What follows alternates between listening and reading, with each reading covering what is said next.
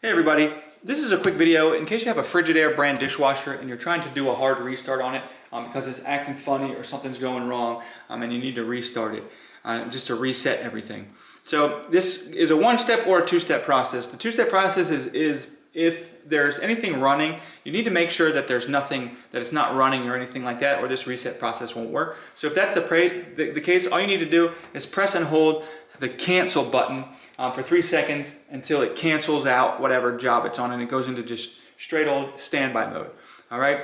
So once the dishwasher is on, but in standby mode, you're going to press and hold the start button for, it generally takes 3 seconds, and the dishwasher, depending on the model, will beep or will light up. And that means that it's going into the reset. Then you can turn it off, and then when you turn it on, it will have been reset. So anyways, thanks a lot for watching. Have a great day.